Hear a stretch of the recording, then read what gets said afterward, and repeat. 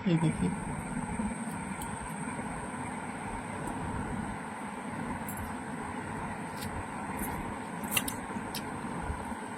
একটু মজলে ভালো লাগবে।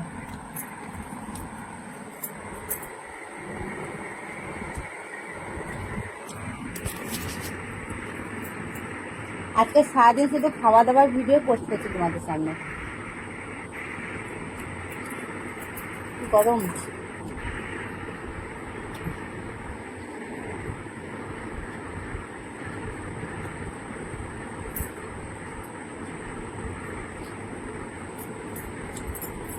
চলো খাওয়া দাওয়াটা করে নিয়ে আসছি, ঠিক আছে? এরকম করে খেয়ে মজা হচ্ছে না, আগে খেয়ে নিই, দিয়ে এসে গল্প করছি। তো বন্ধু দেখো, এখন এসছি আমি কটা, আবার 11:40 বাজছে। তো এবার রাত্রিরে খাবার খাচ্ছি, তখন তো দেখলে ওইসব খেলাম। বলেছি না আজকে ব্লগের মধ্যে শুধু কি খাচ্ছি না খাচ্ছি সারাদিন, সেসব গুলো আজকে শেয়ার করেছি আমি, সারাদিনে কি খেয়েছি। তো আমি এখন এরকম বসে আছি কি সুন্দর সুন্দর একটা লুকে।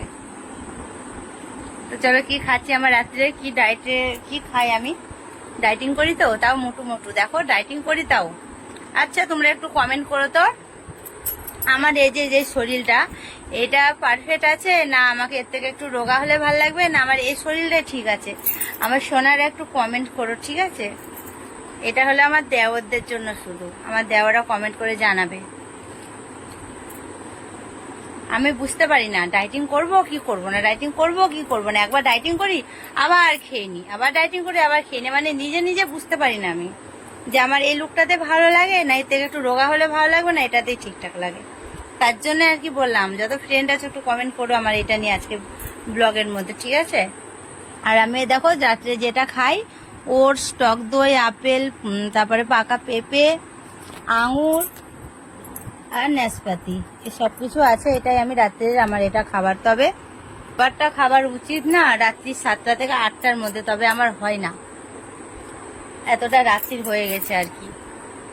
তো চলো আমি খাই।